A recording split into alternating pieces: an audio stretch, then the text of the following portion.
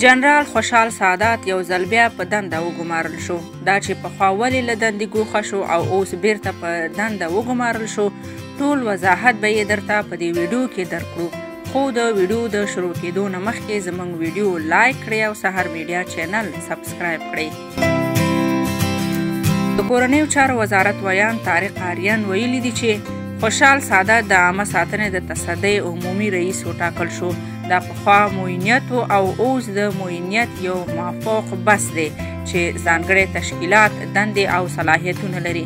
د ښاغلي آریان تر وینا مخکې د کورنیو چارو په وزارت کې یوې معتبرې سرچینې ویلي وو جنرال خوشحال سادات د کورنیو چارو وزارت د عامه ساتنې معین وټاکل شو.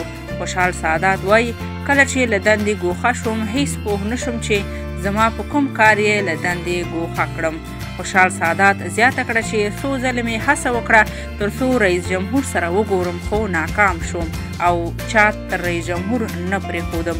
اوس چې دا دنده راوسپارل شوه، اگر چې له پخوانۍ دندې په اساس کوچنۍ دنده ده، خو بیا هم خوشحاله یم چې خپلو هیوادوالو ته خدمت وکړم.